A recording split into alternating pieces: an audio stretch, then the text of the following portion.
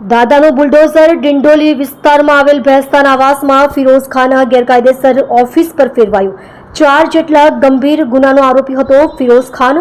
ડિંડોલી ભેસ્તાન આવાસ સી બિલ્ડિંગના પાર્કિંગમાં ગેરકાયદેસર રીતે ઓફિસ ઊભી કરાઈ હતી। વિસ્તારમાં પોતાનો ધાક જમાવતો હતો અસામાજિક તત્વ ફિરોઝ ખાન। સુરત મહાનગરપાલિકા સહિત ડિંડોલી પોલીસ કર્મચારી રહ્યા હાજર। ડિંડોલી પોલીસ દ્વારા ફિરોઝ ખાનનું ગેરકાયદેસર ઓફિસનું ડિમોલિશન કરી શાન ઠેકાણે લાવી। તમે જોઈ રહ્યા છો SD ન્યૂઝ ચેનલ ફેઝલ શેખની સાથે।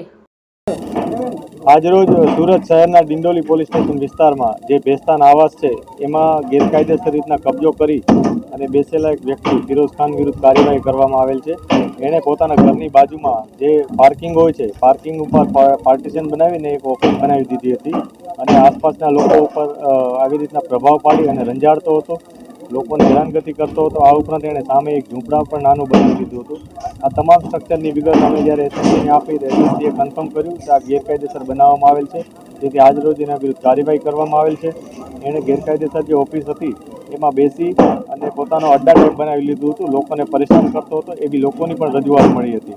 આ ઉપરાંત એના વિરુદ્ધ 4 જેટલા ગુના છે, જેમાં NDPSનો ગુનો પણ સામેલ છે। આ પ્રકારની પ્રવૃત્તિ કરતો હોવાથી એના વિરુદ્ધ કાર્યવાહી કરવામાં આવશે।